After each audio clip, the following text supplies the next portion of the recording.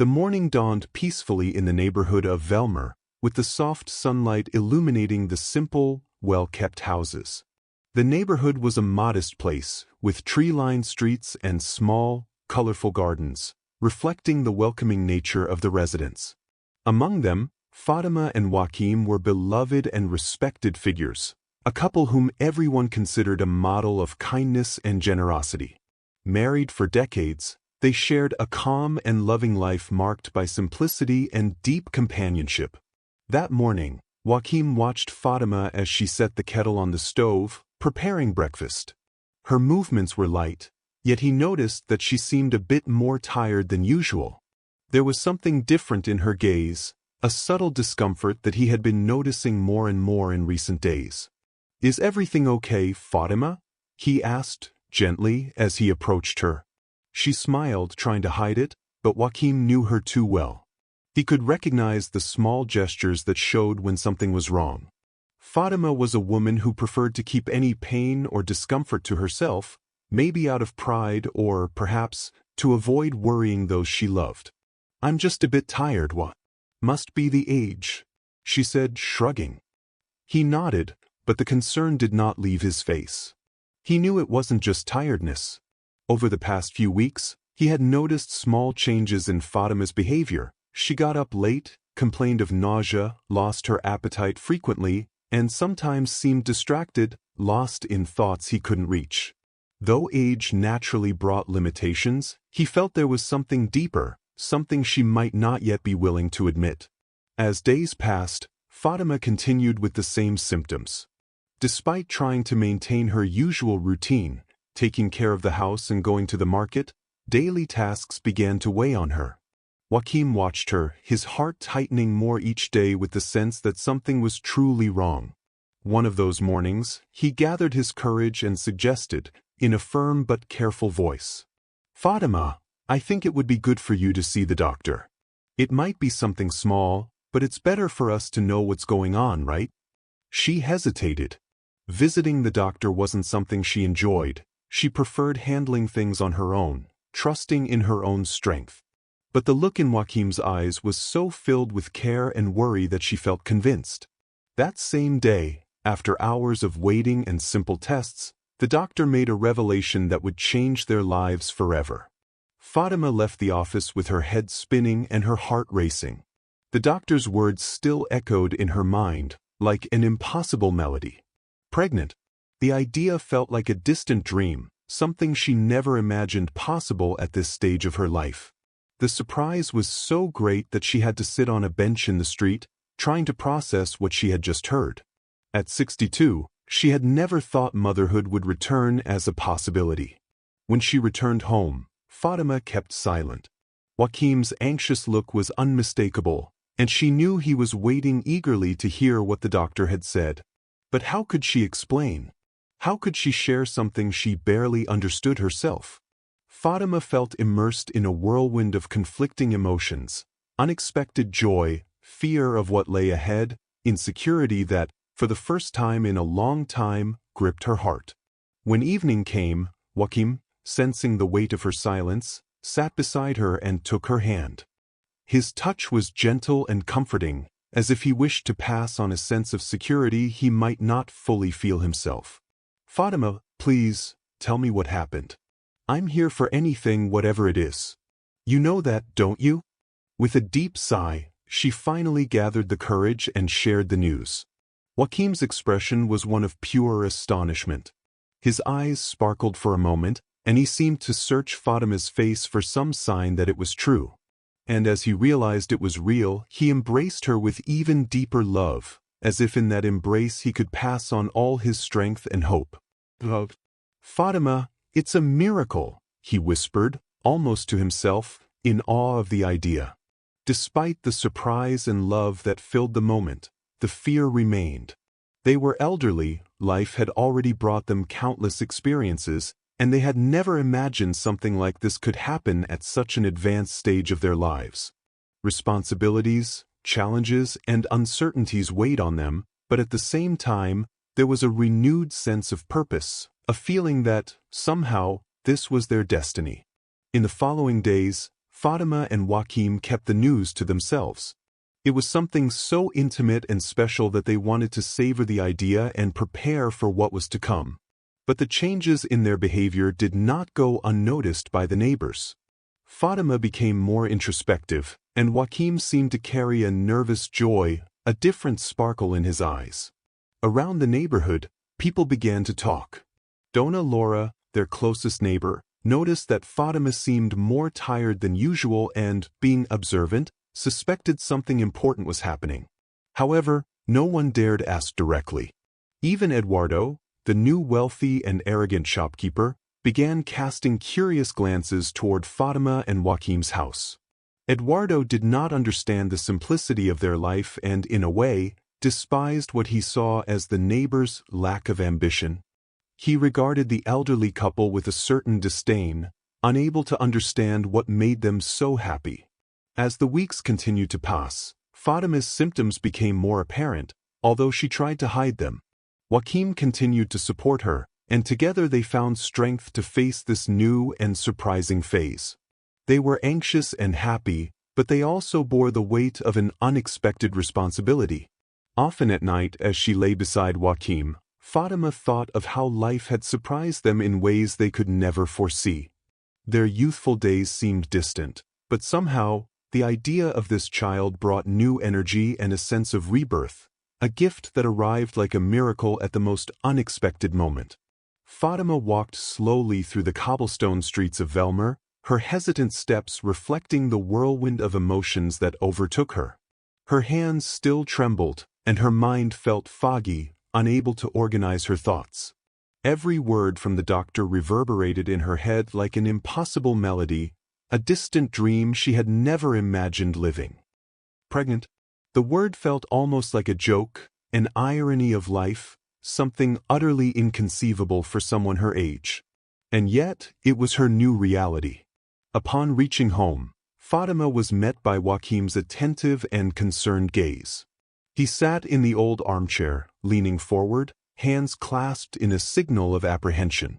Seeing her walk through the door, he immediately stood and approached her gently, trying to read in her face any indication from the consultation. "So, Fátima? What did the doctor say?" he asked, his voice low and full of anxiety. She hesitated, feeling the weight of the news she was about to share. How could she explain something she didn't yet fully understand? But as she met Joaquim's worried eyes, she realized she needed to share that secret with him. Taking a deep breath, she said in a near whisper, "We are going to have a baby." Joaquim's reaction was immediate. His eyes widened, and he seemed to hold his breath as if he had just heard the most incredible thing in his life.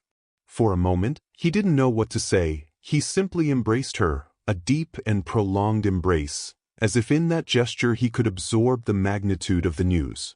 "Fátima, it's a miracle," he whispered, still in disbelief as the words nearly caught in his mouth. Fátima, in turn, felt a mix of joy and fear. It was a miracle, undoubtedly, but it was also an immense and unexpected responsibility. At 62, she had never imagined that motherhood could become a possibility again.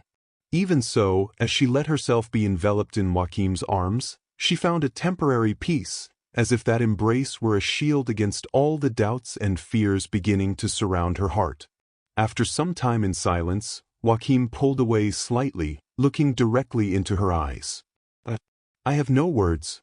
We've always wanted a child, but we thought that dream was already in the past, didn't we?" he murmured, with a gentle smile and a sparkle in his eyes that Fátima hadn't seen in years. She nodded, feeling a wave of emotion overflowing within her. It was true. For so many years, they had imagined what it would be like to start a family, but over time, they accepted that perhaps that was not the destiny reserved for them. Yet, destiny seemed to have other plans, and now, in such an unexpected phase of their lives, they had been granted a gift. In the days that followed, Joaquim and Fátima kept the secret between them. It was news they needed to digest, still too surreal to share with others.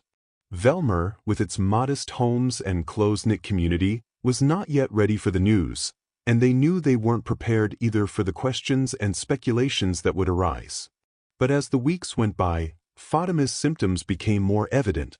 She, once always energetic and cheerful, now showed signs of fatigue, morning sickness, and a slight swelling that was starting to affect her clothes.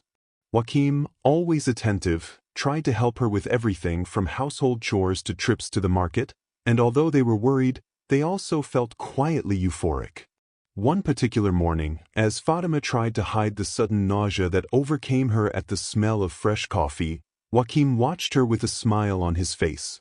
"Who would have thought, Fatima, you with these symptoms, just like a young mother? I never imagined I'd see this," he commented jokingly, but with a tenderness that revealed his pride and joy. Fatima let out a soft laugh, though it was a bit shaky. She still felt strange about the idea, but Joaquim's happiness reassured her and gave her strength. However, not everyone in the neighborhood was oblivious to the situation. The neighbors, with their watchful eyes and tendency for gossip, began to notice the change in the couple. Dona Laura, who lived next door and had the reputation of being the neighborhood antenna, was the first to make comments. Always observant, she noticed that Fatima was more introspective and that Joaquim was frequenting the market more often. "They're hiding something, I'm sure of it," commented Dona Laura one afternoon while talking to other neighborhood ladies. "Something strange is going on in that house." The murmur began to spread. The entire neighborhood knew that Fatima and Joaquim were a quiet and discreet couple, but they couldn't ignore the aura of secrecy and anticipation that seemed to surround them. No one dared to ask directly, respecting the couple's privacy but keeping their speculations and whispers. Even Eduardo, the wealthy and arrogant store owner who had recently moved into the neighborhood, noticed something different. Although he didn't mingle much with the neighbors, he kept a watchful and critical eye on everything happening around him. To him, life in Velmor was too simple, somewhat monotonous, and he regarded the residents with a slight touch of disdain. Nonetheless, Eduardo was also intrigued by the change in the couple. He watched Fatima with a skeptical look, bothered by what he considered to be a theatrical display of simplicity she portrayed. Deep down, Eduardo believed that people like Fatima and Joaquim should know their place and that their Good Samaritan attitudes were pure appearances. He could never have imagined that the couple might be hiding such a profound secret. The silence kept by Fatima and Joaquim, however, began to weigh on them. They knew that, sooner or later, they would have to tell someone. Perhaps, Fatima thought, she should share the news with her closest friends or even with Dona Laura, who had always been so close and trustworthy. But the uncertainty was still overwhelming, and doubt continued to fill the quiet moments between her and Joaquim. One night, as they lay side by side in bed, Fatima stared at the ceiling, where the dim light from the lamp cast soft shadows. Her heart was racing, a mix of happiness and fear. "Joaquim, do you think we're ready for this? I mean, we're not young anymore," she whispered, her voice full of emotion. He, ever serene and patient, took her hand and squeezed it gently. "Fatima, I believe this gift came to us because we are ready. Maybe in a way we don't fully understand yet, but we're ready. And together, we'll face whatever comes." His words brought Fatima a deep comfort. She felt grateful to have him by her side and, for the first time, began to imagine that maybe, just maybe, she was prepared for this unexpected journey. There, in the shared silence, Fatima and Joaquim found a strength that would bind them even more as they prepared for the challenge life had set before them. The sun had barely risen that morning when murmurs and faint laughter echoed through the neighborhood of Velmor. The ever-watchful neighbors gathered at the local market, each with their own guesses about what was going on in Fatima and Joaquim's house. Word had spread like wildfire that something strange was happening with the couple, and the mystery fueled the residents' imaginations. Dona Laura, the neighbor living next door to Fatima, was the first to notice something unusual. She observed that Fatima, once so active and full of energy, now seemed tired and more reserved. In addition, Joaquim was seen at the market more often, handling tasks that Fatima usually loved to do herself. "It's all very strange," commented Dona Laura, adjusting her glasses as she spoke with her friends, Dona Marta and Dona Nusa. I'm not sure what's going on, but I'm certain they're hiding something. You know how discreet Fatima is, but this time, she seems different. Her friends agreed, and soon each of them had a theory about what might be happening. Some thought Fatima was sick, while others believed it might be a family secret. However, no one suspected the truth, an unexpected and nearly unbelievable miracle. Dona Laura's comments quickly spread, and within a few days, everyone seemed to be watching Fatima and Joaquim's movements closely.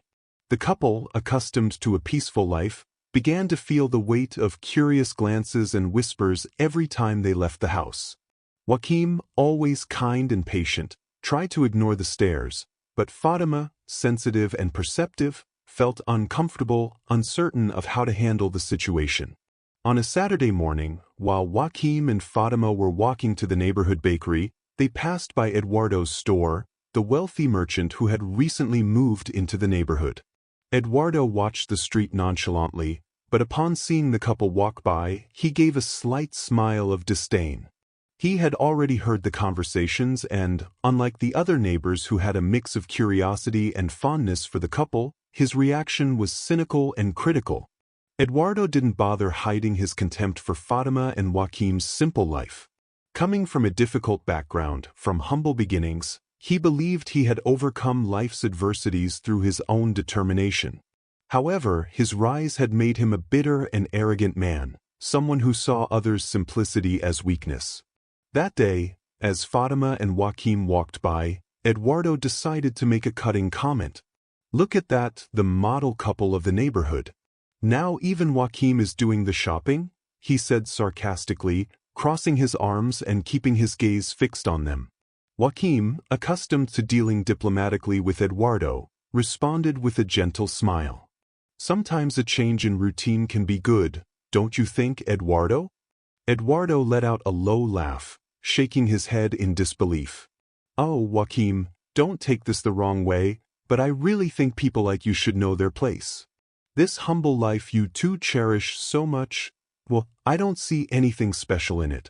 I don't see why to change up the routine of something that's already so basic." Fatima felt her blood boil at those words. Despite her usual calm, a quiet anger began to rise within her. That irony and contempt felt like an affront to her and Joaquim's dignity, an attempt to belittle what she valued most, the love and simplicity of her life with her husband. However, lightly squeezed her hand, as if asking her to keep calm.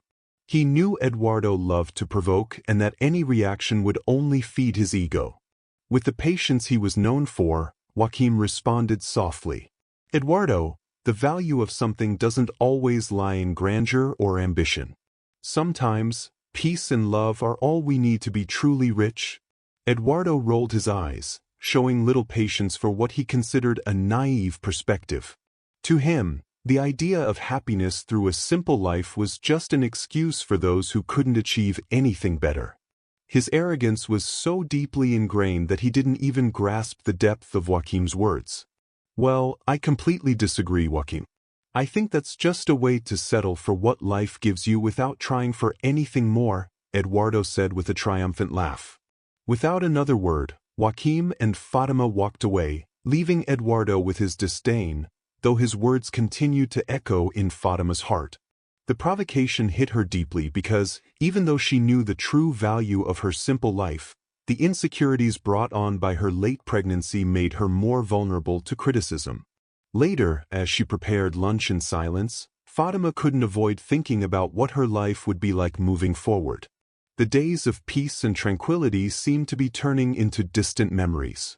She and Joaquim had always valued calm, serenity, and quiet, but with the news of the pregnancy and the judgment of people like Eduardo, she felt that peace was on the verge of transforming into something new and unknown. "Don't let his words affect you, Fatima," Joaquim said, approaching her and placing a gentle hand on her shoulder. She smiled slightly, trying not to let her discomfort show. "I know, Joaquim, I know, but sometimes it's hard. People can be cruel without even knowing it. Eduardo barely knows us, and yet he judges our life as if he knows everything." Joaquim nodded, understanding her feelings.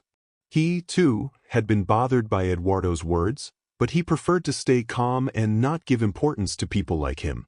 In the days that followed, more comments and assumptions circulated among the neighbors. Fatima avoided going to the small market, where the stares were intense, and started going out less and less. The whispered conversations, curious glances, and air of secrecy surrounding their home weighed on her.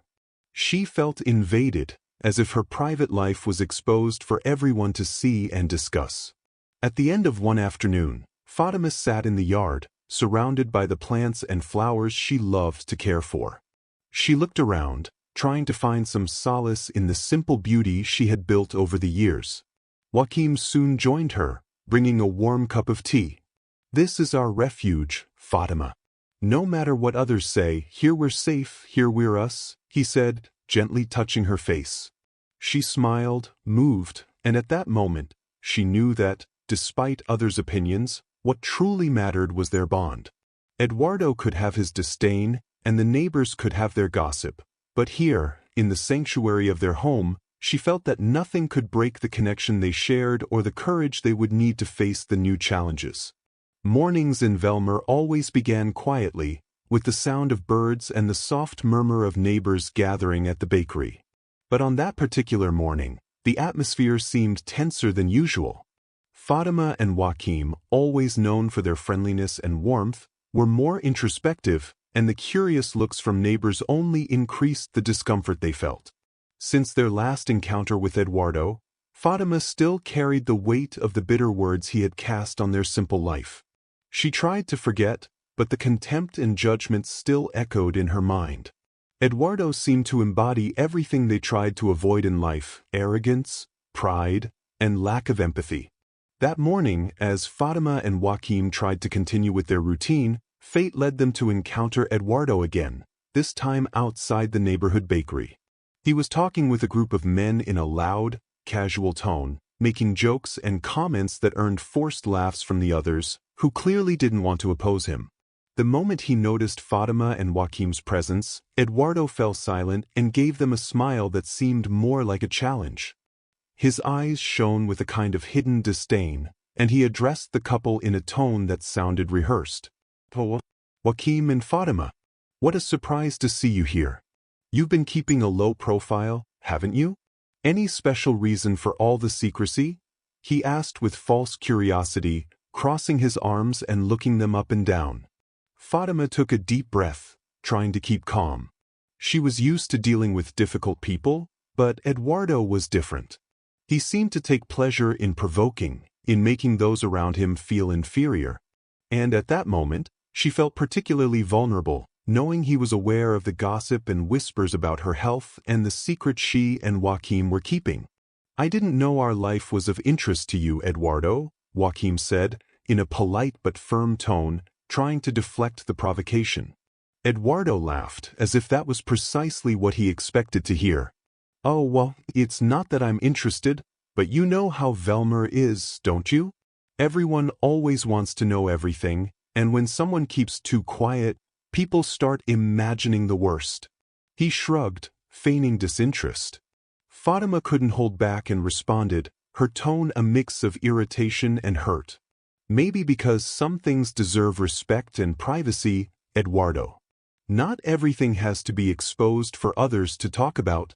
Eduardo seemed amused by her response.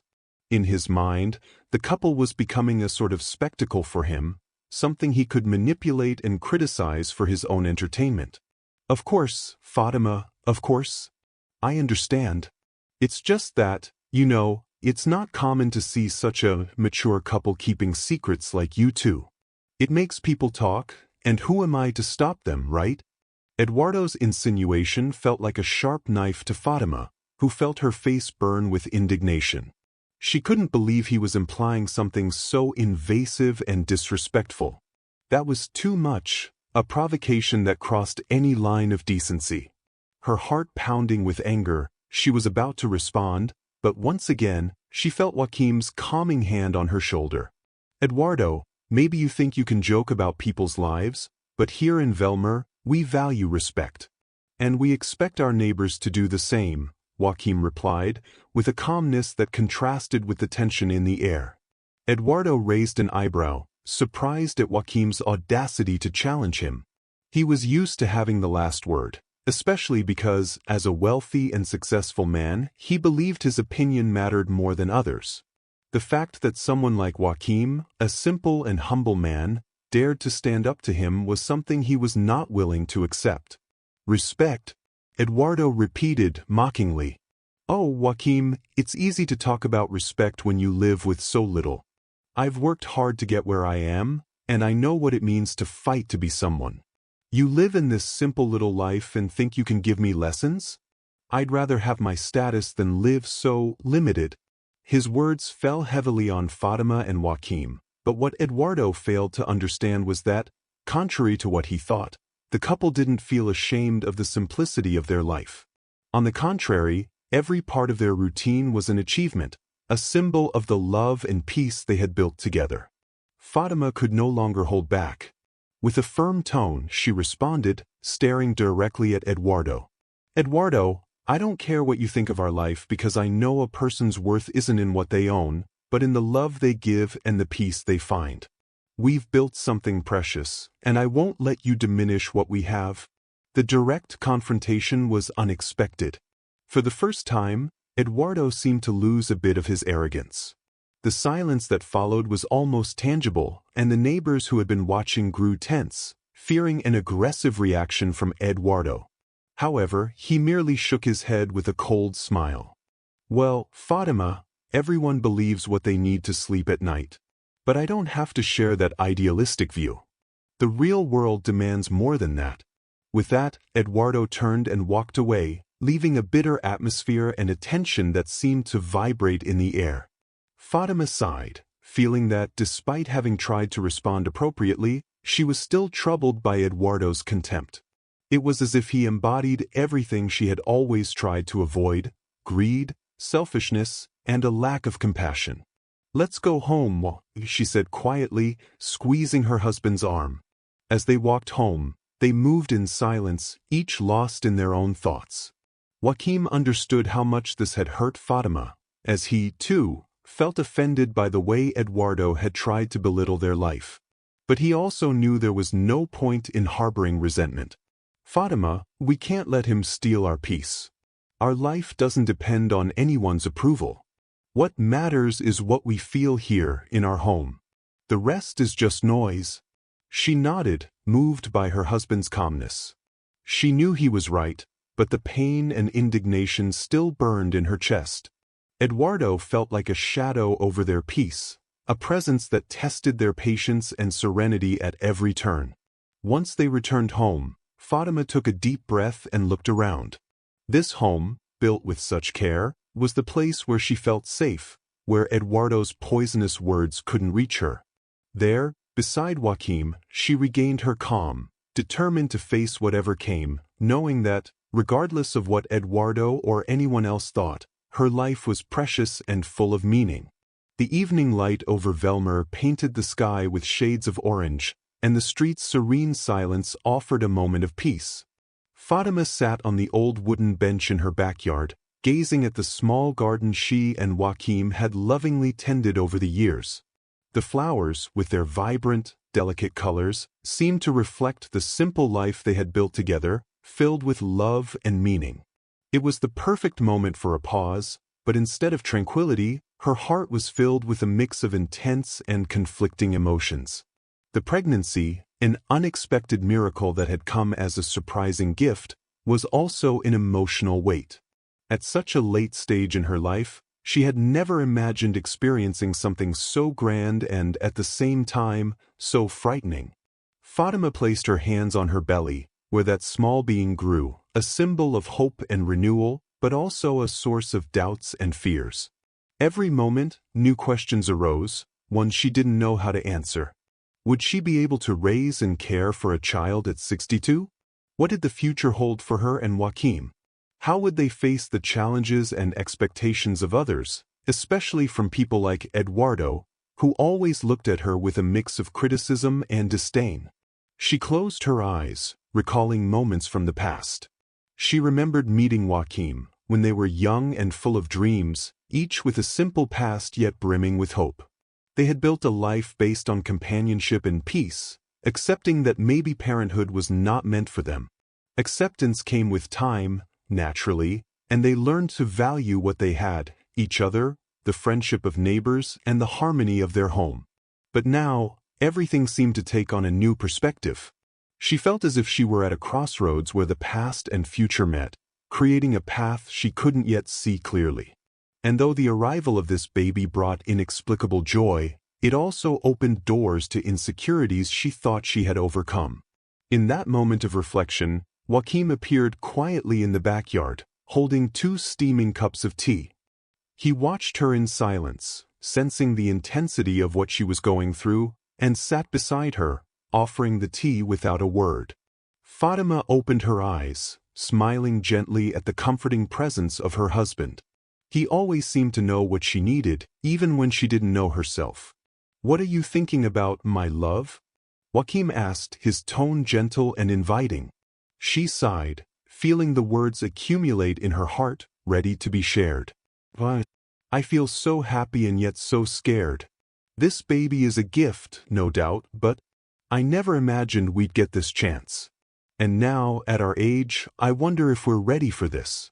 Can we really be the parents he needs?" Fátima confessed, her voice trembling. Joaquim listened attentively, his expression calm and understanding, reflecting the depth of his own thoughts. He, too, felt the weight of responsibility, but unlike Fátima, he saw this as a new opportunity, a chance to rewrite their lives and create a new chapter in their story. "Fátima, I know we have doubts, and it's natural. But, strange as it seems, I believe this baby came to show us that life always has new surprises. It may not be easy, but we're together.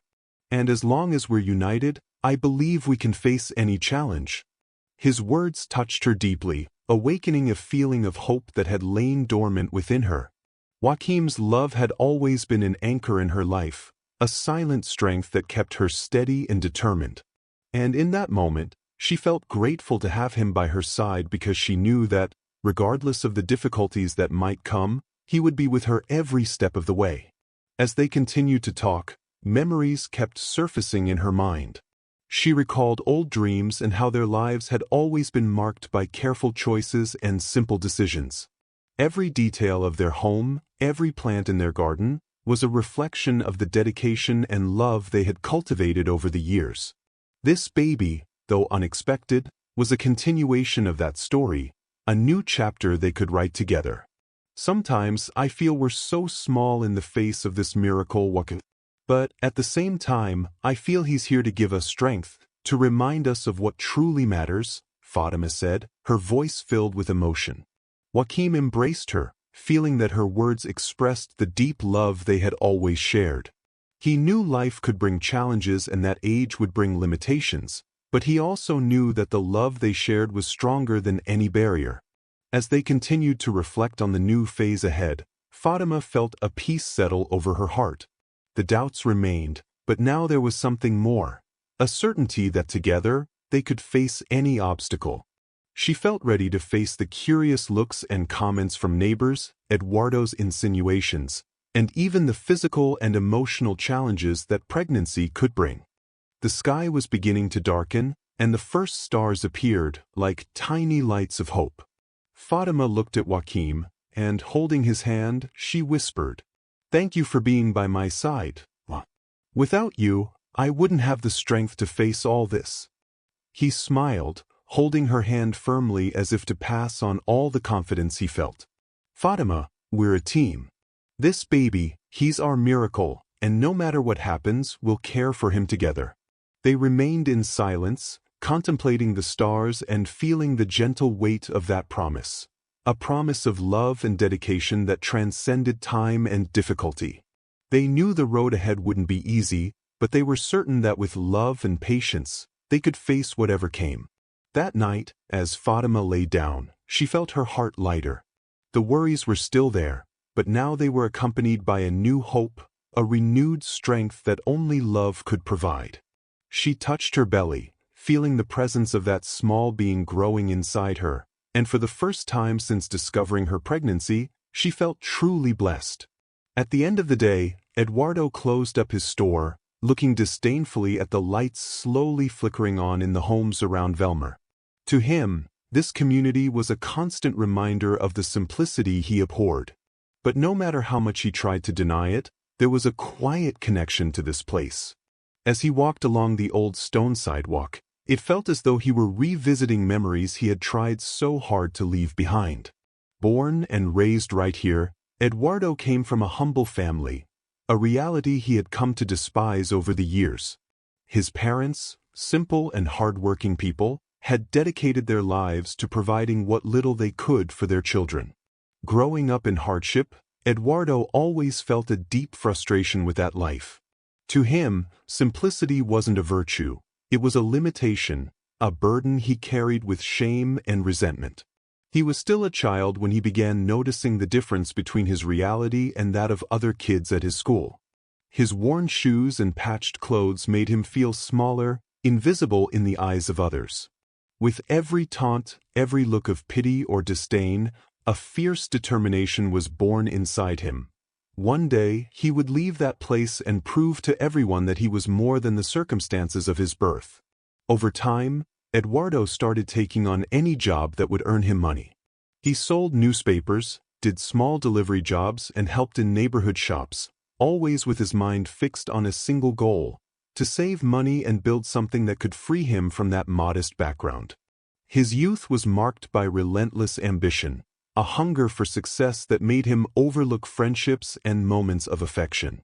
While his friends enjoyed afternoons playing soccer or chatting on the benches in the square, Eduardo threw himself into work, saving every penny and planning the life he would build far from there. He believed that only material success could bring him the respect and security he craved.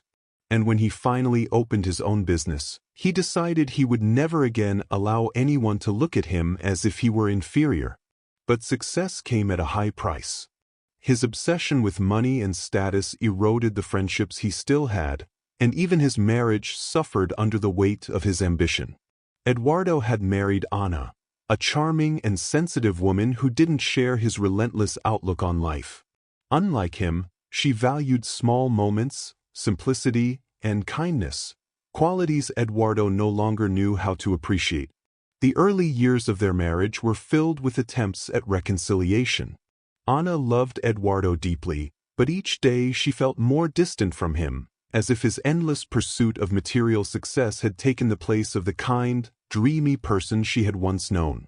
Eduardo, on the other hand, thought Ana didn't understand the importance of hard work and considered her view of happiness to be naive and detached from reality. To him, respect and happiness could only be achieved with a grand and materially fulfilled life. The breaking point came when Ana expressed her desire to have children. For her, it was time to build a family, to share the love she felt and bring new life into the world. But Eduardo, driven by the fear of reliving his own childhood, refused to have children. The thought of raising a child in the simplicity he so despised was unbearable. In his mind, it was better to have no children than to risk failing as a father by providing less than he deemed adequate. "I'm not going to raise a child in a limited environment, Ana. If we're going to have kids, I need to be certain I can give them everything," he would say repeatedly, always with a firm and unyielding voice. Anna's desire, however, was stronger than the barriers Eduardo put up. She wanted a family built on love, regardless of material conditions. But Eduardo wouldn't budge. His plans were clear. He would only bring a child into the world when he was sure he could give them everything money could buy. Eventually, this disagreement destroyed their marriage. Ana, exhausted and disillusioned, left, taking with her the dreams and hope of a lighter, happier life. And in that moment, Eduardo understood he was alone. Yet his pride prevented him from going after her, apologizing, or trying to understand her perspective. He saw her departure as an inevitable loss, the price of his relentless pursuit of success. The years that followed hardened him even more. Eduardo became a solitary man, with a social circle limited to business relationships and superficial contacts. To him, This was the right choice, the life he had dreamed of, free of any ties that might distract him from his goals. But as much as he tried to convince himself, the loneliness was palpable, a shadow that followed him, reminding him of the emptiness left by Anna and the family they never had. Now, returning to Velmor, Eduardo felt unsettled by memories of his childhood and the image of Anna, a memory he tried to suppress whenever the weight of solitude hit him. The neighborhood, with its simple streets and friendly residents, was a reflection of what he most despised and, at the same time, what he secretly longed for. But instead of dealing with his feelings, he masked them with arrogance. Seeing Fátima and Joaquim with their modest life and the love they shared, Eduardo felt a mixture of envy and disdain. It was as if the couple represented everything he had never been able to have, and the fact that they seemed happy without the material goods he valued so highly infuriated him. He couldn't accept that happiness could exist in simplicity, and his pride prevented him from admitting that maybe, just maybe, he was wrong. As he walked home that night, Eduardo felt a deep wave of emptiness. Even amid the comfort he had achieved, he felt something was missing, a gap that material success had never filled. And though he wouldn't admit it, he felt a strange admiration for Fátima and Joaquim, who, despite their limitations, seemed to find peace and meaning in what they had. When he got home, he looked around and realized that everything he had built didn't bring the consolation he had expected. The silence was absolute, and the absence of Anna and the children they never had weighed more than he cared to admit. Eduardo couldn't sleep that night, for the memories were too intense to ignore. He sat on the edge of the bed, staring into the void, wondering if he had made the right choices. Perhaps it was too late to change, but somewhere in his mind, the idea that there might be another way, another path, began to take root. He didn't know how or if he'd have the courage, but something inside him was calling for transformation, for a chance to find what he had lost. As the hours ticked by and dawn approached, Eduardo felt a strange urge to seek out Fátima and Joaquim, to observe the simple love they shared as if it might offer answers he had never found. He knew that the couple represented the opposite of what he valued, but he also knew that, somehow, they might teach him something about the value of simple things and what truly mattered. Weeks passed slowly, and Fátima's pregnancy became more evident. For her, each new day was a mix of emotions, a delicate blend of happiness, fear, and uncertainty. Her body began to transform in ways she hadn't expected to experience at this stage of life, and the physical changes came with challenges that she felt not only in her body but also in her heart. Gradually, Fátima stopped hiding her symptoms. She no longer concealed the morning sickness that pulled her away from household chores or the fatigue that forced her to take frequent breaks during the day. Joaquim, ever attentive, was by her side through every moment, supporting her like never before. He had taken on almost all the tasks, from trips to the market to keeping the house in order, doing it all with a gentle smile, as if these tasks were a privilege. One morning, while Fátima rested in the backyard, she felt a wave of exhaustion wash over her. She placed her hand on her belly, feeling the warmth of her body and the presence of the small being growing within her. Her thoughts swirled, and for a moment, she allowed herself to cry, letting the tears express everything she had been holding inside. "I'm scared," she whispered, sensing her husband's approach. Without saying a word, he sat beside her and embraced her gently. There was no need for words, for he understood what she was feeling.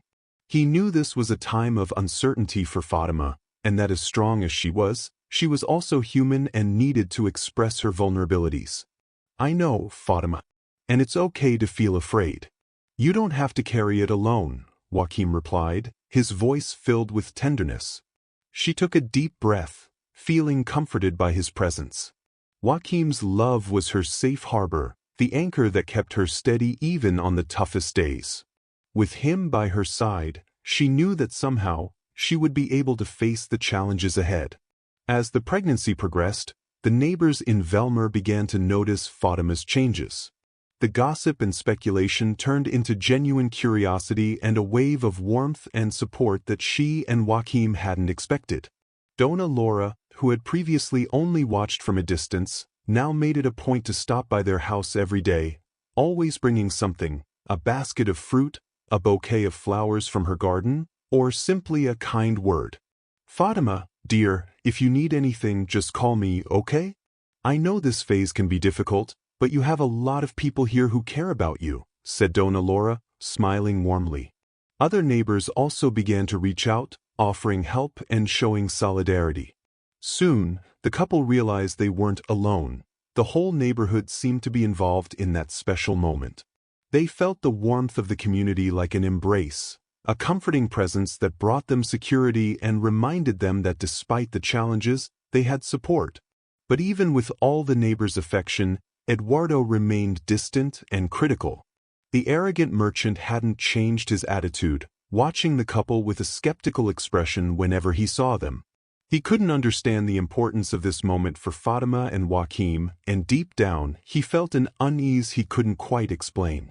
The couple's happiness seemed to challenge all his beliefs, and increasingly isolated, he maintained his disdain and indifference. One day, as Fátima and Joaquim walked slowly along the neighborhood's main street, they stopped in front of Eduardo's store, where he observed them with a cold stare. Joaquim noticed his gaze but chose not to say anything. Fátima, however, felt a need to express what she felt and, with a firm voice, said, "I know you don't understand, Eduardo, but this phase of our life is a gift. We don't have much, but we have love, and that gives us the strength to move forward." Eduardo merely rolled his eyes as if her words meant nothing to him. Yet, deep down, something inside him was unsettled. The love and serenity of Fátima and Joaquim were like a truth he tried to deny, but that somehow affected him. Fátima and Joaquim continued on their way, leaving Eduardo behind. She felt an inner peace after expressing herself, a certainty that her happiness and love were stronger than any disdain. It was comforting to know that despite the difficulties, what she and Joaquim had was unbreakable. With time, Fátima began to feel the baby's first movements. It was a gentle, magical sensation, something that brought a new dimension to her experience. With each movement, she felt a stronger connection to the baby, a blend of love and responsibility that filled her in an indescribable way. Sometimes, in the middle of the night, she would wake up with a lightness that seemed to come from within, a happiness she couldn't contain. "Joaquim, he moved," she'd say emotionally, waking her husband to share the moment. Joaquim would always smile and gently touch her belly as if wanting to feel that little miracle with his hands. He, too, felt the weight and joy of that moment, and each of Fátima's gestures made him realize that this baby was more than a gift. It was a new hope, a fresh beginning he'd never expected to experience. "This baby came to teach us, Fátima. He reminds us that life is full of surprises and that it's never too late to start again," Joaquim said one evening, caressing her belly. And so, the days passed, and the love that bound them seemed to grow with each moment. Despite the challenges, Fátima felt grateful to have received that miracle. She knew that the coming months would bring even more difficulties, but she was determined to face everything with courage and love. The neighbors continued to show support and offer help whenever they could. They felt part of the story, as if the arrival of the baby was a special event for the whole community.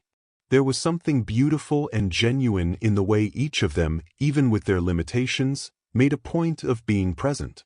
As the pregnancy continued to progress, Fátima no longer hid the joy she felt.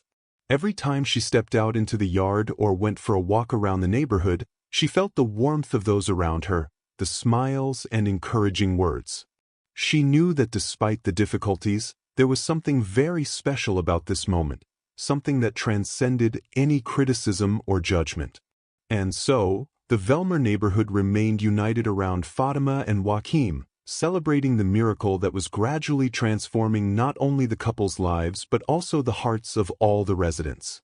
In simplicity and love, they found the strength to face the days ahead, certain that, with each other's help, they could overcome any obstacle.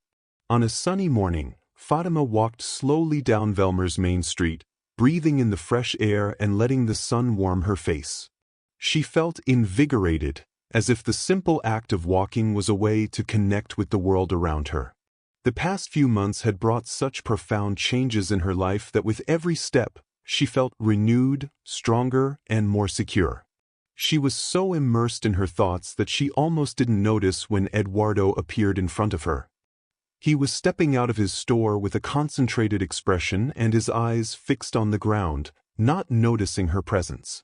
But when he looked up and saw her, his expression shifted to a mix of discomfort and surprise. It was rare for them to meet so closely, without others around or without Fatima's husband nearby. For a moment, she thought about changing her path to avoid a conversation that she knew could be uncomfortable. But something inside her urged her to stay.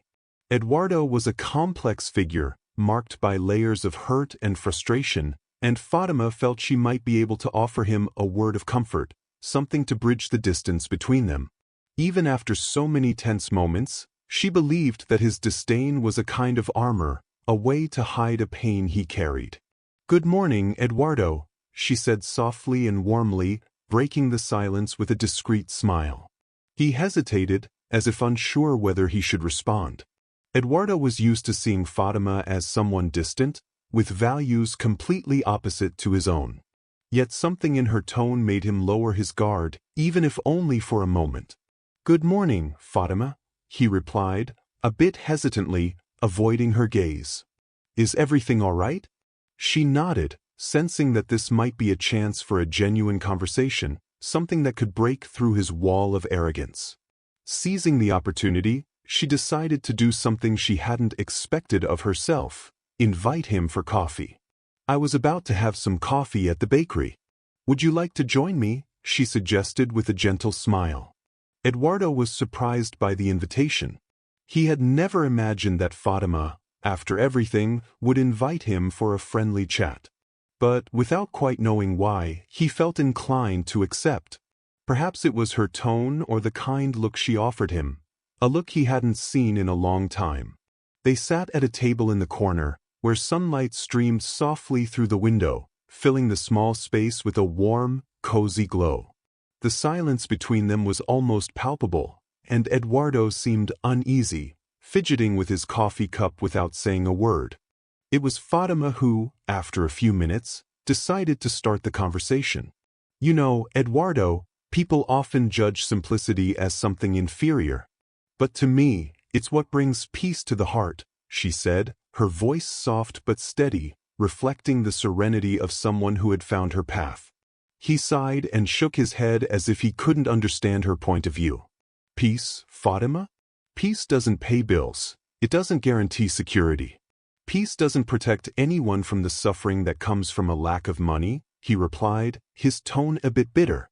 "I spent too long with nothing, and only when I got what I have now did I feel like I could finally rest." She immediately understood that behind his words were old wounds. Eduardo seemed to carry a burden of insecurity and pain that had turned him into someone cold and distant, someone who believed that life's worth was in what he owned. But for Fatima, true wealth lay in affection, empathy, and the ability to feel loved and at peace. "I understand what you're saying, Eduardo. I know life can be very hard, and I can't imagine what you've been through. But I want you to know that the love I share with Joaquim, our simple life, for us, that's everything we need. This baby we're expecting is a gift, and no matter what we have or don't have, he'll have all our love," she explained, letting her emotions show. Her words struck something deep within Eduardo. For a moment, he remembered Anna, his ex-wife, and the arguments they had had about family, children, and her desire to build something based on love. He had always seen that as a naive idea, a romantic vision he couldn't allow himself to embrace. But hearing Fatima speak with such sincerity, something inside him began to break. "I once had someone who thought like you, Fatima," he confessed, lowering his gaze. "She wanted a family, children, but I never thought it was the right time. I always believed I needed more, so much more, before taking that step. And in the end, I lost everything." Fatima remained silent, allowing him to share his story. She knew Eduardo needed someone to listen without judgment, someone who could understand. Life gives us many chances, Eduardo. Sometimes they come in ways we don't expect. Perhaps it's not too late for you to find that peace as well, she said, offering a gentle smile. Eduardo looked at her with surprise.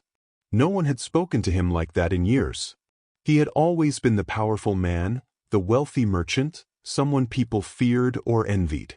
But Fátima saw him as he was, with all his imperfections and vulnerabilities. And in that moment, he realized her simplicity was a strength he'd never had, a peace he had longed for but never knew how to attain. Maybe you're right, Fátima. I just don't know how to do it, he admitted, in a rare moment of vulnerability. She gently touched his hand, a gesture of compassion. You don't have to know everything right now, Eduardo. Just take the first step. We all have our fears and insecurities. But sometimes, we need to let our hearts guide us and trust that the right path will appear, she said, her gaze steady and warm. Eduardo felt a weight lift from his shoulders, as if, for the first time, someone saw beyond his facade. He felt strange but, at the same time, relieved, as though he could finally be himself without the masks he had worn for so long. Thank you, Fátima, he said softly, almost whispering. I don't know what brought me here, but thank you for listening. Fátima simply nodded, offering him a smile. She knew this was only the beginning, a small opening in a hardened heart, but one that might lead to something greater. As they stood up to say goodbye, Eduardo felt a kind of peace he hadn't felt in years. Although he was still lost, his encounter with Fátima had sparked a small flame of hope, a desire to see life differently. As she left the bakery, Fátima looked up at the sky, where the sun shone brightly, like a promise of renewal. She felt that this moment had planted a seed, something that might bloom within Eduardo and help him find his own path to peace. She knew he had a long journey ahead, but she believed that, in time, he could find the true wealth that came from love and simplicity. After his encounter with Fátima at the bakery, Eduardo walked slowly through the streets of Velmor, lost in thought. Her words echoed in his mind, a mixture of gentle advice and painful truths he had never expected to hear. She had shown him a vision of life he had always ignored, and for the first time, he wondered if all he had achieved truly made him happy. When he arrived home, he sat on the couch, looking around. His house was modern, with expensive furniture and elegant decor, but the space felt cold and empty. The loneliness was almost tangible. The perfectly painted walls and luxury furnishings didn't bring the warmth of a home. For the first time in a long time, he realized it was all just a facade, a stage he had built for himself that didn't bring him the comfort he sought. Trying to push away the troubling thoughts, Eduardo walked to the bar in the corner of the room and poured himself a glass of whiskey. He watched the amber liquid swirl in the glass as memories began to surface. He remembered his younger days when life was simpler, but also more genuine. He recalled moments with Anna, his ex-wife, and how she would always talk about building a life based on love, not just material possessions. Sitting there alone, Eduardo allowed himself to face a truth he had avoided for years. He missed Anna. He missed her smile, the way she turned every moment into something special, the sweetness with which she spoke about dreams he had once deemed impossible. When she left, he believed that the emptiness he felt could be filled with success and money, but now, everything seemed meaningless. By the end of the first glass of whiskey, memories of Anna grew stronger. He remembered their last day together, how she had cried, saying she couldn't bear to live in a relationship devoid of love, where he prioritized work and success above all else. She had wanted a family, a life where love was the foundation, but Eduardo couldn't understand that. At the time, he thought she was being overly sentimental, that her vision of happiness was childish. But looking back, he realized how cruel he had been in not seeing what truly mattered to her, and now to him as well. The pain of loss and loneliness intensified, making the house feel even more oppressive. Eduardo felt a deep anguish, as if everything he had denied for years was now in front of him, impossible to ignore. He tried to push the thoughts away, but the pain was insistent, a constant reminder of the mistakes he had made and the opportunities he had let slip by. On impulse, he picked up the phone and dialed the number of an old friend, Carlos, someone who had known Eduardo since his days as a young man with big dreams but without the arrogance he had acquired over time. Carlos had always been someone he could rely on, someone who saw beyond his facade. "Eduardo? Is everything okay?" Carlos asked, surprised by the sudden call, as Eduardo rarely reached out to discuss personal issues.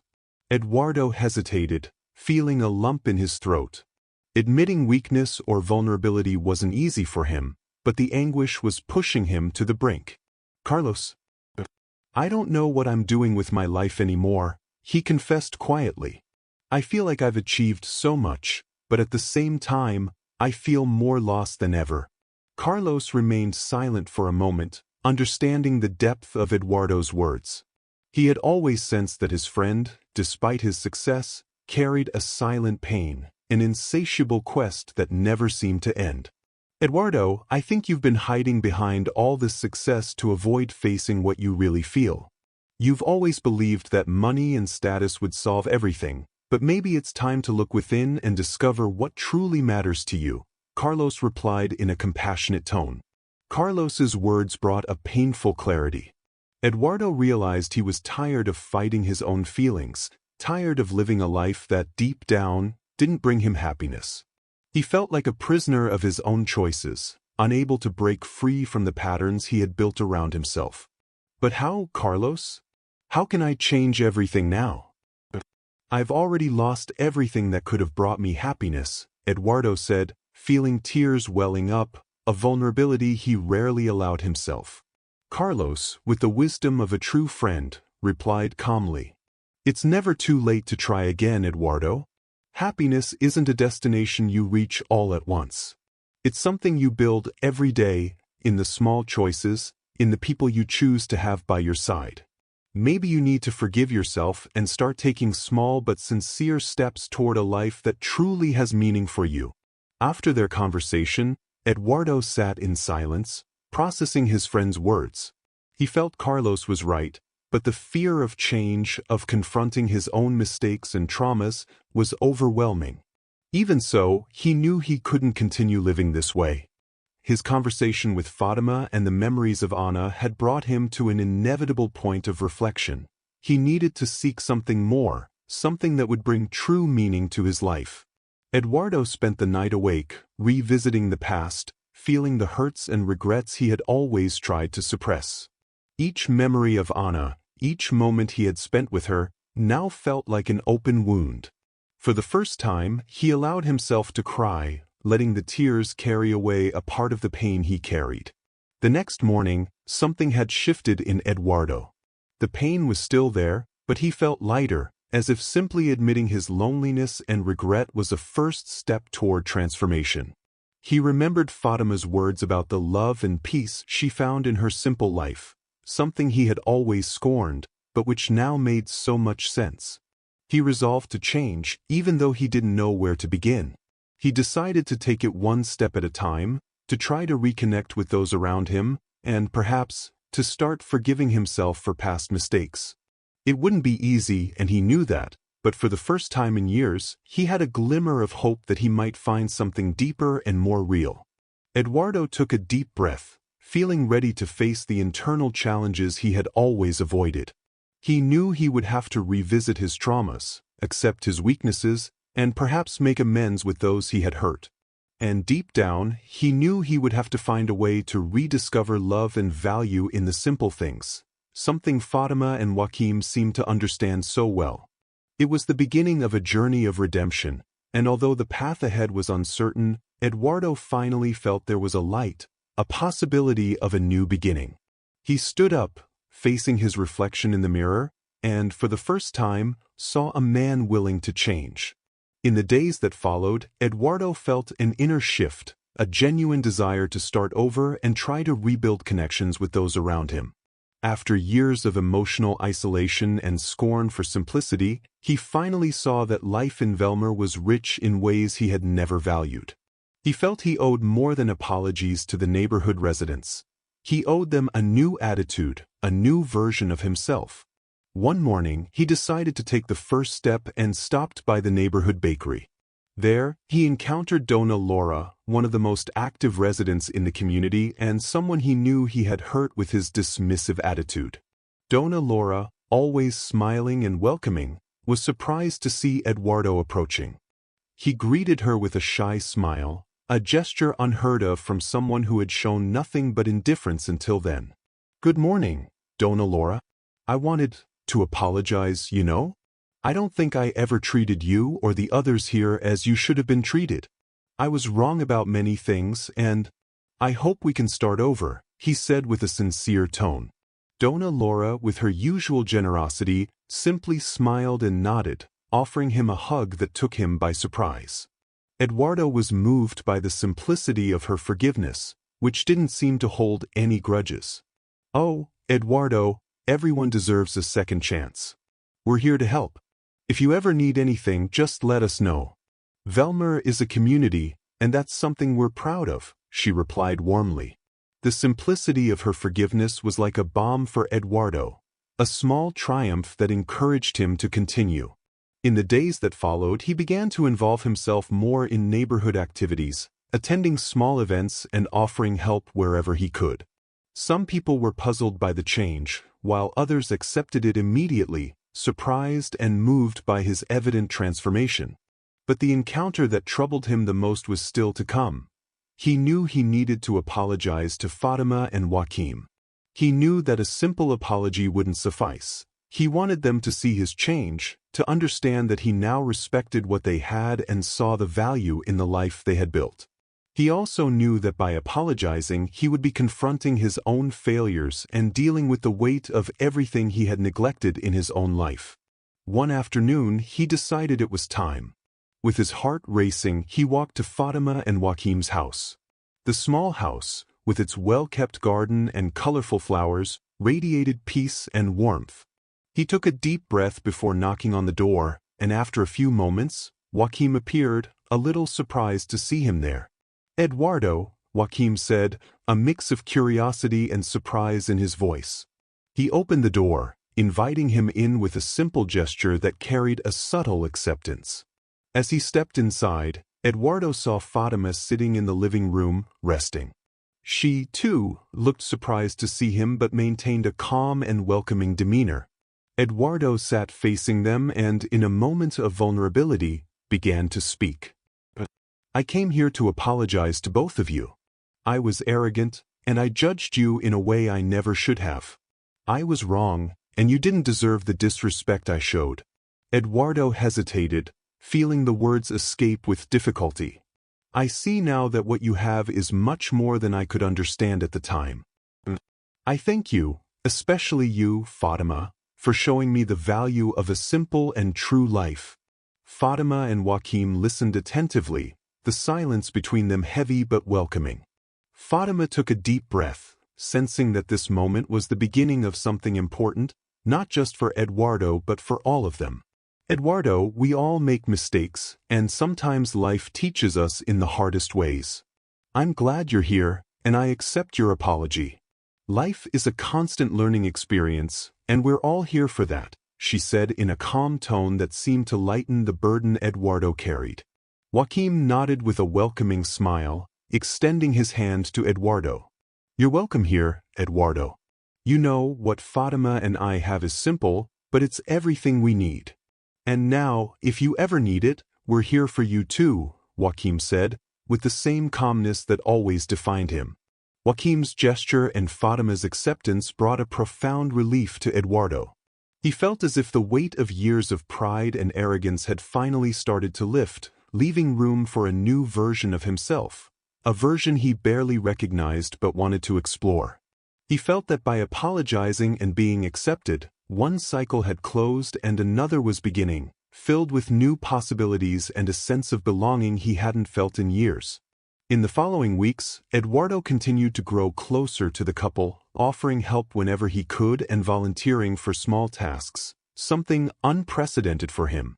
Gradually, he began to rediscover the value of simplicity, the beauty of everyday moments, and the importance of friendships. Velmor, which had once seemed like a limited and tedious place, was now a community he valued and admired. One day, he decided to organize an event to celebrate the new members soon to join Fátima and Joaquim's family. He knew that this baby symbolized hope not just for the couple but for the whole community, and he wanted to be part of it, to contribute to a moment of shared happiness. When Eduardo announced his plans, the neighbors were surprised but welcomed his initiative. He took care of every detail with dedication, arranging decorations, providing food and drinks, and even hiring a small band to play familiar, beloved songs. It was his way of seeking redemption, of showing that he was willing to be a genuine part of the community's life. On the day of the event, Eduardo felt nervous, as though this moment was somehow a test of his transformation. The residents gathered in the community hall, filling the space with warmth and joy. Fátima and Joaquim were the guests of honor, and Eduardo couldn't help but notice the sparkle in their eyes, a happiness that was contagious. When it was time to give a short speech, Eduardo took a deep breath and, with an emotional voice, addressed everyone. "I'd like to thank each of you for being here today, and especially Fátima and Joaquim for teaching me so much about the true value of life. I know that, for many years, I was arrogant and unable to see the beauty of simplicity, but now, I know that there is nothing more valuable than the bonds we share. And this baby, who will soon be with us, is a symbol of that unity and love." His words were met with warm applause, and Eduardo felt accepted like never before. He realized that his journey was only beginning, but he felt ready to follow a path of redemption and reconciliation, a path of discovering the values he had once rejected. On that day, surrounded by neighbors, Eduardo found a new version of himself. He felt that he had finally found his place, not as the wealthy, arrogant merchant, but as someone who understood the value of a full life surrounded by love. And beside Fátima and Joaquim, he knew he was truly beginning a new journey, one toward the peace he had been searching for. Months passed, and Fátima's belly grew, signaling the baby's imminent arrival. Velmor neighborhood followed her pregnancy with a mix of excitement and anxiety, but also with a quiet concern. After all, Fátima was no longer young, and everyone knew that the last months of a pregnancy at her age could bring unexpected challenges.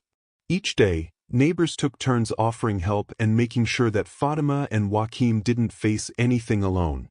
Eduardo was a constant presence, always attentive to the couple's needs. He had become a close friend, someone Fátima and Joaquim trusted completely. His transformation was evident to everyone, and many residents commented on how much he had changed.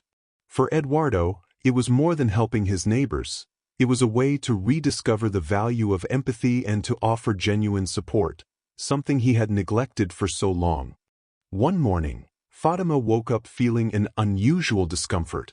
It was a fatigue that wasn't just physical, it was as if her body was fighting against an invisible weight. Joaquim immediately noticed the change in her expression and became worried. "Fátima, love, are you all right?" he asked, holding her hand gently and trying to hide his anxiety. She tried to smile, but the discomfort was real and impossible to ignore. She felt a slight pressure in her chest, a deep tiredness that made it hard to move as easily as before. Yet, Fátima was stubborn and tried to reassure her husband, downplaying what she felt. "I'm fine, it must be just the weight of the pregnancy, it is the last few months, after all.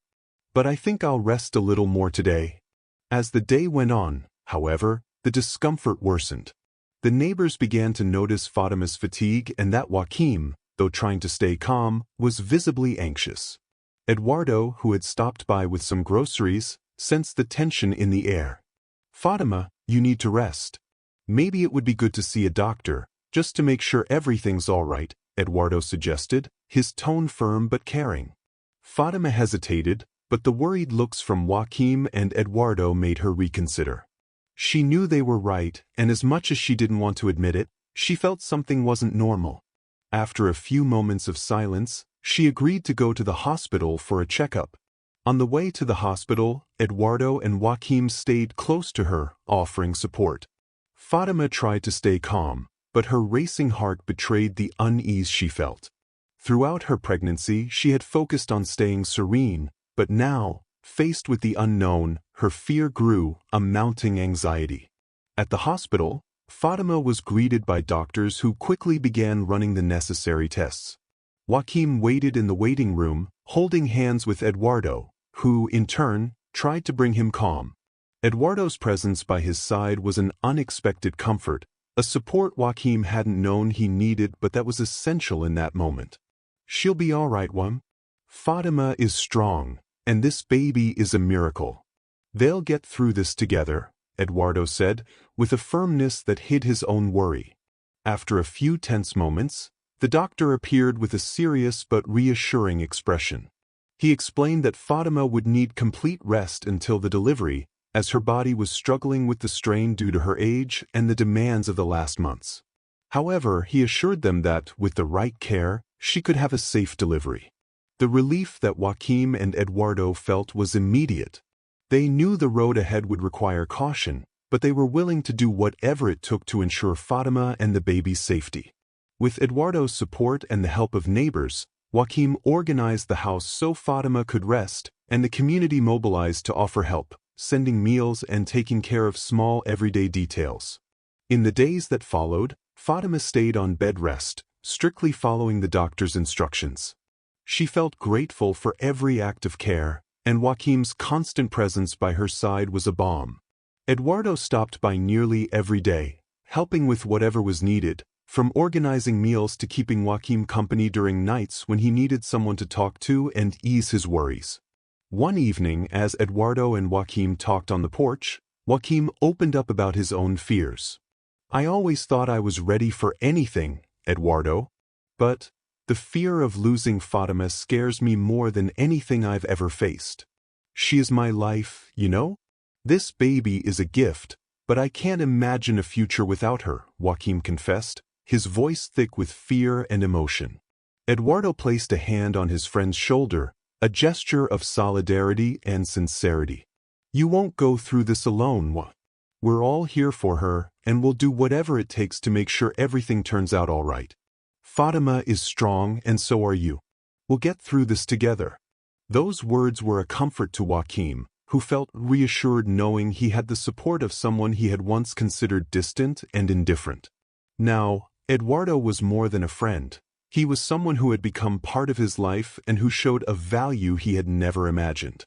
As the days passed, Fatima felt rejuvenated by the constant presence of friends and neighbors, by their words of encouragement and the love she received daily. Even amidst rest and limitations, she felt that the love surrounding her was like a force sustaining her and preparing her for the important moment ahead. Finally, the awaited day arrived. The Velmor neighborhood was abuzz with anticipation, and news that Fatima had been taken to the hospital quickly spread. Neighbors gathered outside the house, offering prayers and waiting anxiously for updates. Eduardo and Joaquim were by her side, and Eduardo's presence was a source of tranquility and support for Joaquim, who faced the moment with a heart both tight and full of hope. In the hospital waiting room, Eduardo held Joaquim's hand, sharing all the strength he himself sought. They were together, united by a bond that grew stronger with each passing moment. And when the news finally came that Fatima was well and that the baby had been born healthy, they were overwhelmed with emotion. Tears of relief and happiness streamed down Joaquim's face as he embraced Eduardo in gratitude. Eduardo, in turn, felt a deep joy, a feeling he hadn't experienced in a long time. In that moment, he understood that his journey of transformation was complete and that he had finally found his true place. Hours later, when he entered the hospital room and saw Fatima holding the baby in her arms, Eduardo felt he was witnessing something sacred. The little miracle they had all awaited was there, and Fatima's smile was proof that love and simplicity were, indeed, the greatest riches anyone could have. Fatima looked at Eduardo and smiled, as if she knew he too was part of this new life. She reached out to him, inviting him to come closer. "Eduardo, I want you to meet our son. He's a part of all of us, and in some way, you're part of this too," Fatima said, her gaze serene. Eduardo approached, moved, and looked at the baby. He felt that this moment was a gift, a second chance to experience the love and connection he had longed for. There, beside Fátima, Joaquim, and the baby, he knew he had finally found what he had been searching for. The dawn in Velmor brought a special light that day, as if the sun itself was announcing the miracle everyone had awaited. News of Fátima and Joaquim's baby's birth had already spread, and the residents, eager, prepared to celebrate the baby's arrival, which, in many ways, symbolized the renewal of the entire community. Fátima remained in the hospital, still recovering from the delivery, while Joaquim, overflowing with joy, went back and forth between the waiting room and her room. Each glance at the baby renewed his emotion, a mix of love, gratitude, and fulfillment. Joaquim seemed unable to believe that, after so many years, he was finally holding his child in his arms. Eduardo, for his part, stayed by the couple's side, a genuine smile on his face, sharing in the joy radiating from the small hospital room. For him, the arrival of this baby represented not just a miracle but also his own transformation. He felt part of this story, and the love he felt for Fátima, Joaquim, and the baby was a bond that both renewed and healed him. That afternoon, the Velmor community gathered in the community hall, which had been decorated with simplicity and care. Colorful banners hung from the walls, and tables were filled with homemade sweets and snacks. Every detail, every decoration, was a reflection of everyone's dedication and love. It was more than a celebration. It was a declaration of love and support for the couple and the new member of the community. Eduardo had taken on the organization of the event, and though he was an unexpected figure for the task, everyone accepted his presence and was moved by the evident change in his behavior. He made sure everything was perfect, paying attention to every small detail as a way to express his gratitude and the friendship he now felt for the couple. When Fátima and Joaquim arrived at the hall, carrying their baby in their arms, a wave of emotion filled the room. Warm applause and genuine smiles reflected everyone's joy. Fátima, still a bit fragile, smiled, moved by the affection she received. She knew this moment was special and felt grateful for each person there, for every gesture of support, and for each word of love. Seeing them enter, Eduardo's heart raced. He approached Fátima and Joaquim, his eyes brimming with tears as he looked at the baby, a new life that represented the miracle he had long resisted. Fátima noticed his emotion and, in a gesture symbolizing the friendship they had built, handed the baby to Eduardo to hold. "Eduardo, we want you to be part of this. This baby is a gift for all of us, and you are undoubtedly a part of this journey," she said with a welcoming smile. Eduardo held the baby carefully, overwhelmed by an emotion he could barely describe. The serene little face and innocent gaze of the baby reflected what he desired for himself: peace, love, and the possibility of a new beginning. As he held that small being in his arms, he felt connected not only to the couple but to the entire community, as if, in that moment, he truly belonged there. "Thank you, Fátima, thank you, Joaquim. This is the greatest gift I could ever receive," Eduardo whispered, his voice thick with emotion. The community around them observed in silence, respecting that tender moment of unity. The neighbors who had witnessed Eduardo's transformation over the past few months were touched by the change in him. Once a distant, arrogant figure, he now stood as someone who gave wholeheartedly, someone who had found his place among them. Soon, laughter and smiles filled the hall, and the celebration truly began. Eduardo led a toast in honor of Fátima, Joaquim, and the baby, highlighting the love that united them all and the importance of friendship and simplicity. His words were heartfelt, imbued with feelings he had discovered alongside the couple and now shared with the entire community. To the baby, who represents a new beginning for all of us. And to Fátima and Joaquim, for showing us that true wealth lies in the love we give and receive. "May this be just the start of many joys together," Eduardo said, raising his glass and receiving applause and emotional smiles. The celebration continued with music, dancing, and plenty of laughter.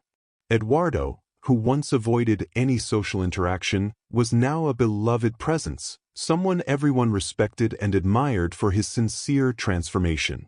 He felt welcomed in a way he had never experienced before, and that sense of belonging brought a new joy, a peace he hadn't known was possible.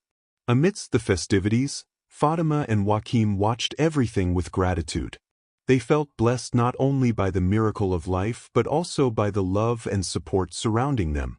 They knew that this baby had brought new hope not just for them but for the entire community. And seeing Eduardo laughing and enjoying himself alongside the neighbors made them especially grateful for the change he had shown. As night fell, the celebration wound down, and guests began to say their goodbyes, each leaving a kind word for the couple and the baby. Eduardo stayed until the end, helping to clean up the hall and ensuring everything was in order. Before leaving, he approached Fátima and Joaquim one last time. "Thank you for everything. You've given me a new way to see life, and I can't express how much that means to me," he said, smiling with a genuine peace in his eyes. Fátima, her eyes shining with emotion, simply nodded. "Life always gives us new chances, Eduardo. You found yours and we're certain you'll still do incredible things. Now you're part of our family, of our story," she said warmly. Eduardo left the hall that night with a full heart, feeling he had finally found what he had always been searching for. The weight of years of loneliness and empty ambition had been replaced by a sense of belonging and love, and he knew that from now on his path would be different. That baby, that small miracle, had transformed not only the lives of Fátima and Joaquim but his own as well.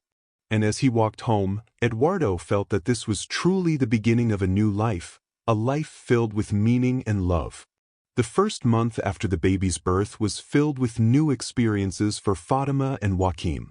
Each day brought a discovery, a moment of joy and surprise. Fátima, despite the fatigue, radiated a serenity and a glow that everyone around her noticed, a light that seemed to emanate from her growing bond with the baby.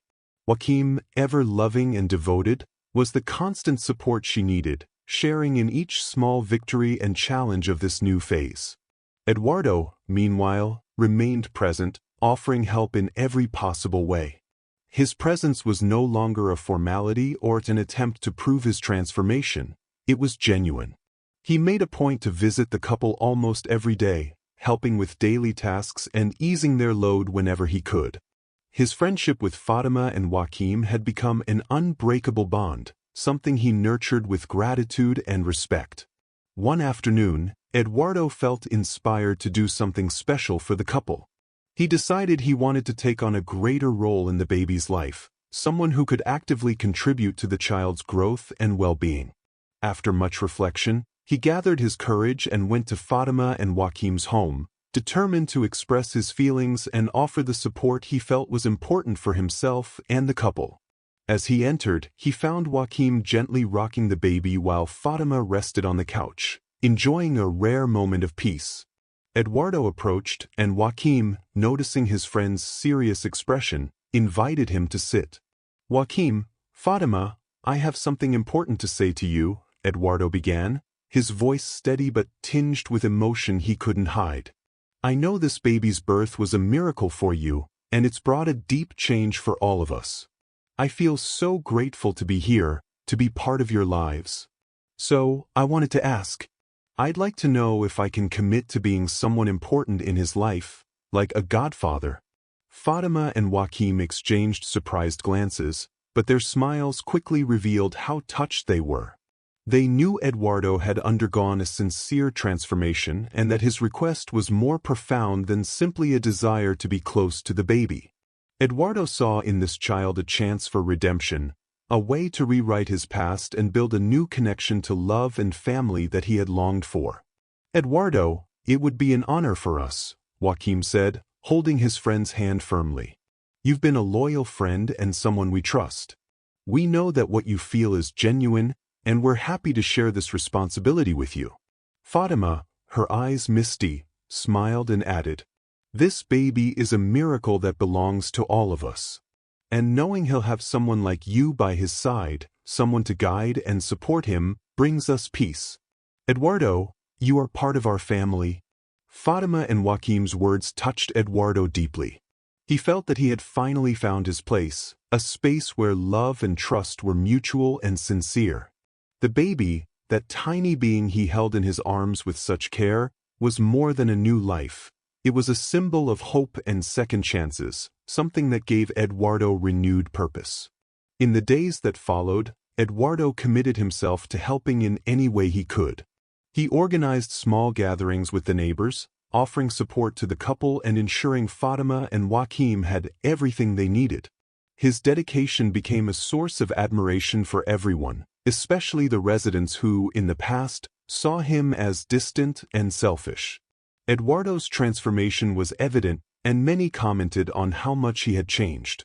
Dona Laura, their longtime neighbor, even spoke to him one afternoon, offering a heartfelt compliment. "Eduardo, I always thought you were difficult, someone who valued money over people. But now, I see that you're someone who genuinely cares. This baby's life has brought a new light to all of us, and you're part of that," she said with a smile. Eduardo smiled back, touched by her sincerity. "Thank you, Dona Laura.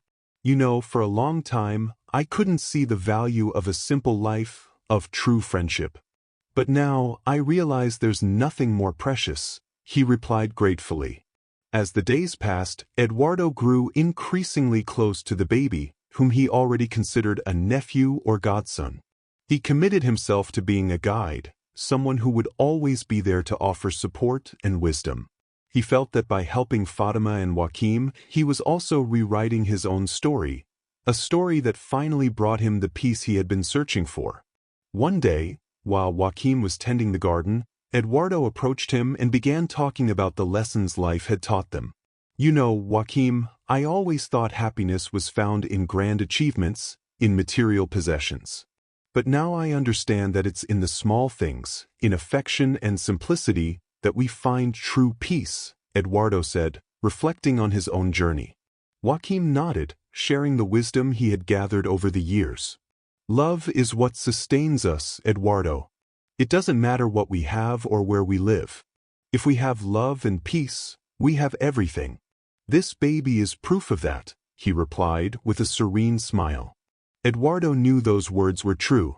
He felt grateful for the friendship of Fátima and Joaquim and for having found a new, profound purpose. Beside them, he had discovered that his life could hold much greater meaning than he had ever imagined. And in committing to the baby, he knew he was also committing to a new way of living, a way that valued love, friendship, and simplicity. When night fell, Eduardo returned home with a full heart. He knew that this baby, this small miracle, would be an eternal bond between him, Fátima, and Joaquim. Life in Velmor, which once seemed monotonous and empty to him, was now a home, a place where he knew he belonged, and where his heart had finally found peace. In the silence of his home, Eduardo closed his eyes and gave thanks for this new beginning. He felt that, from this point on, he would be not just a godfather, but a friend, a constant support, and a loving presence in that child's life. And with a smile, he knew that this was only the beginning of a new journey, a journey of love, redemption, and purpose. The months following the baby's birth brought a new routine to Fátima and Joaquim's life, one filled with tender moments and discoveries.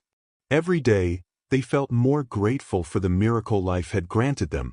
The house, once quiet, was now filled with the soft sounds of laughter, cries, and lullabies that Fátima sang sweetly. Joaquim, with a renewed sparkle in his eyes, immersed himself in every detail of his son's growth, sharing with Fátima the joy and wonder of being parents. The arrival of this baby changed not only their lives but also that of the Velmor neighborhood. The always supportive community followed the baby's growth with special affection, as if each neighbor were part of the family. Frequent visits and gestures of support became an essential part of the couple's daily life, and each resident felt that the baby was a symbol of hope and unity, something that brought everyone together in a shared purpose. Eduardo, meanwhile, continued to honor his promise to be a constant presence in the baby's life. He took on the role of godfather with unexpected seriousness, involving himself in every small event and following the child's growth as if he were his own. In every smile and gaze the baby offered him, Eduardo felt deep joy, a connection that brought him peace and a sense of belonging he had never thought he would find. One afternoon, while Fátima and Joaquim were resting in the yard, Eduardo visited the house with a special gift, a small tree, a young oak sapling he planned to plant beside their home. He knew this tree would be a symbol of growth, strength, and continuity, something he wanted to leave as a legacy. "I want this tree to grow alongside him, and may each branch serve as a reminder of the love he's brought to all of us," Eduardo said as he held the sapling tenderly. Joaquim and Fátima were moved by the gesture. They knew that this gift was more than just a tree. It was a symbol of the bond they all shared, a link representing each of their journeys and the transformation the baby had brought. "It's beautiful, Eduardo. May it grow strong and serve as a refuge for all of us, just as you've become for our family," Fátima said, her smile filled with emotion. With Joaquim and Eduardo's help, the little tree was planted beside the house in a spot where the sun could reach it and where the baby, as he grew, could see his own legacy flourish. That tree, which started as a fragile sapling, was the embodiment of the love and respect that united Fátima, Joaquim, Eduardo, and the entire community. As they finished planting the tree, Fátima looked at Eduardo and felt that, at that moment, all was at peace. She knew that he had found what he had been searching for and that the baby had not only changed her and Joaquim's lives but had also brought new perspective and purpose to Eduardo. The years that followed were marked by a simple life, but one filled with moments that nourished everyone's soul. The child grew up surrounded by love, not only from his parents but also from Eduardo, who, over time, became a father figure and an invaluable friend to the boy. The neighbors witnessed each new step, celebrating every small victory and sharing the pride and joy that this new life brought. The tree Eduardo had planted beside the house grew alongside the boy, becoming a refuge for him and a symbol of the strength and unity that family had built. And as the baby grew into a young man, he carried within him the wisdom and love of his parents and the entire community. Eduardo, now older, felt fulfilled. He knew that the transformation the baby had brought was not only for the couple but also for himself. Beside Fátima and Joaquim, he had learned to value what truly mattered in life: love, respect, and simplicity. The life he once despised was now his greatest joy, and as he looked at the boy growing up, he knew that his journey of redemption was complete. One celebratory evening, as the Velmor community gathered around the tree to celebrate another year, Eduardo, Fátima, and Joaquim watched the young man playing alongside other children, laughing and bringing joy to all. The tree, now towering and strong, was a reminder of everything they had lived and learned together. Holding Joaquim's hand, Fátima smiled and, in a tone of gratitude, said, "This baby, this life, was the greatest gift we could have received. He brought not only new hope for us but for everyone around us." Eduardo nodded, his smile serene. "I am grateful for every moment, Fátima. You taught me the true value of life, and this tree, this young man, are proof that love is the only wealth that matters." In that moment, under the glow of the stars and the warmth of the neighbors' laughter and hugs, Fátima, Joaquim, and Eduardo felt part of something greater, something that transcended time and space. The child who brought a miracle, who united a community, was the symbol of new life, a fresh start, and a love that would endure forever. And as the tree blossomed beside the house, the three of them knew that the legacy of that miracle would continue to grow, nurturing future generations with lessons of simplicity, respect, and unity. If you love stories that touch the heart and surprise you with every chapter, make sure to subscribe to the channel. Here, we're dedicated to bringing you new content every day, pouring passion into each story we create. Every subscription makes a huge difference and helps us continue bringing more chapters from the city of Velmor. So, if you'd like to support us and keep these stories coming, hit that subscribe button and join this adventure. Thank you for being part of our community, and we'll see you in the next video.